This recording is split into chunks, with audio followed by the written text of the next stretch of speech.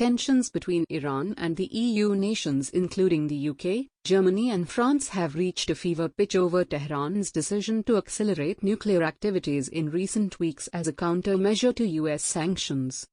While the three European countries, UK, Germany and France, have censured Tehran over scaling back its 2015 nuclear deal obligations, Tehran accuses them of doing little to salvage the deal. On Sunday, Iran's Foreign Minister Jawad Zarif took to social media to strongly criticize the E3 leaders for not doing enough to keep alive the nuclear deal, also known as Joint Comprehensive Plan of Action, JCPOA. He further said that the historic deal clinched between Iran and the Western powers in 2015 is alive because of Iran and not E3, tagging his French counterpart Jean-Yves Le Drian. In another tweet, he addressed Le Drian without naming him, accusing his country of destabilizing the region, and asking him to avoid absurd nonsense about Iran.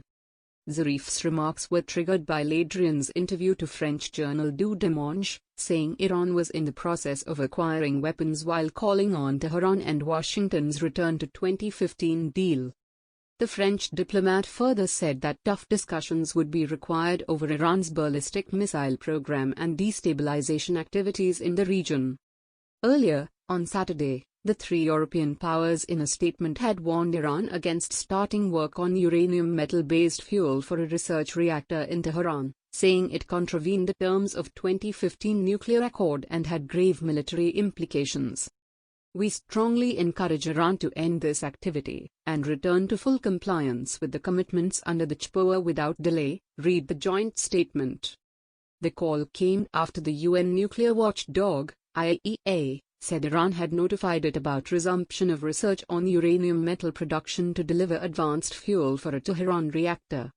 In response, Iran's atomic energy body called on IAEA and the E3 countries to avoid creating any misunderstanding on the issue, stressing that it had not yet presented the Design Information Questionnaire (DIQ) of the uranium metal factory to the UN watchdog.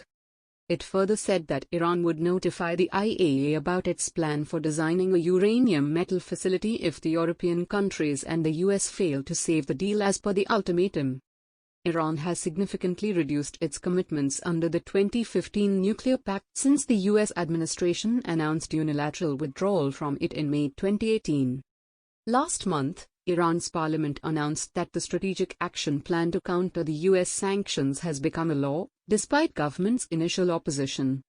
The law required the government to resume 20% uranium enrichment and increase the stockpile of low-enriched uranium, which finally saw implementation earlier this month.